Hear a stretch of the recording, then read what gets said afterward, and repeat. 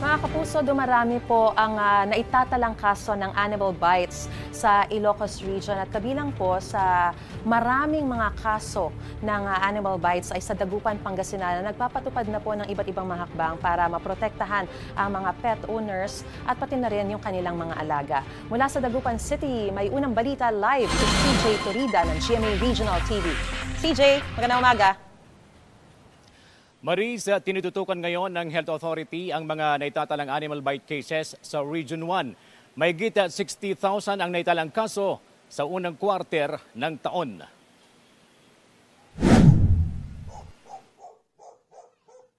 Sa tala ng Center for Health Development 1, umabot na sa 62,638 ang animal bite cases sa rehiyon sa unang quarter ng 2025. Pinakamarami ang naitala sa Pangasinan. Sunod ang La Union, pangatlo ang Ilocos Sur, Ilocos Norte at Dagupan. Pinaigting pa ang rabies control program ng Department of Health, katuwang ang Department of Agriculture at Department of Environment and Natural Resources. Kabilang sa mga paraan ay ang pagbabakuna sa mga alagang hayop.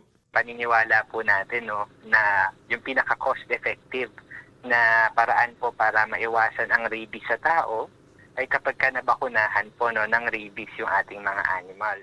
Sapat naman daw ang supply ng bakuna kontra rabies sa mga Animal Bite and Treatment Center sa iba't ibang lugar sa rehiyon. Tinutulungan din ng ahensya ang mga LGU na magpagpatayo ng sarili nilang Animal Bite and Treatment Center. Meron po tayong 5 kaso po ng rabies dito sa ating region. Fortunately, lahat po sila ay unvaccinated at lahat po sila ay namatay. Mataas ang kaso ng animal bite sa Dagupan. Ang problema raw, ayon sa City Veterinary Office, misinformation. Ang nangyayari po ngayon, kahit yung simpleng scratch na hindi nasugat, nagpapa-inject po kaagad sila kasi natatakot po sila lately doon sa mga nakikita nila sa social media.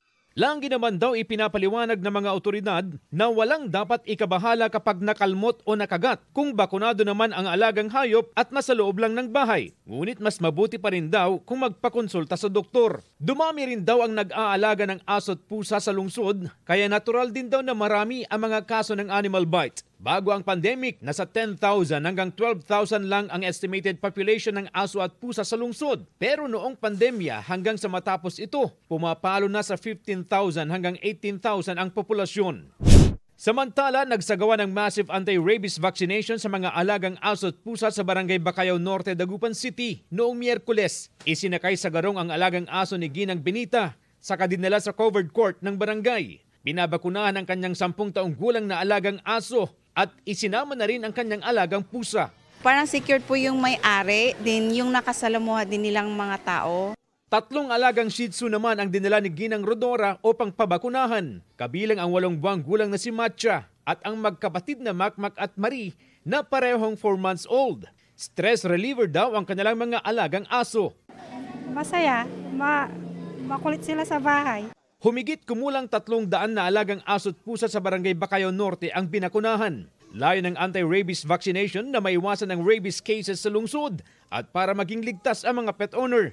Muling ipinaalala ng City Veterinary Office ang pagiging responsable ng mga pet owner. Mag-provide po ng tamang pagkain, inumin, kulungan or leash para sa ating mga alaga. Wag natin silang hayaan na nakagala.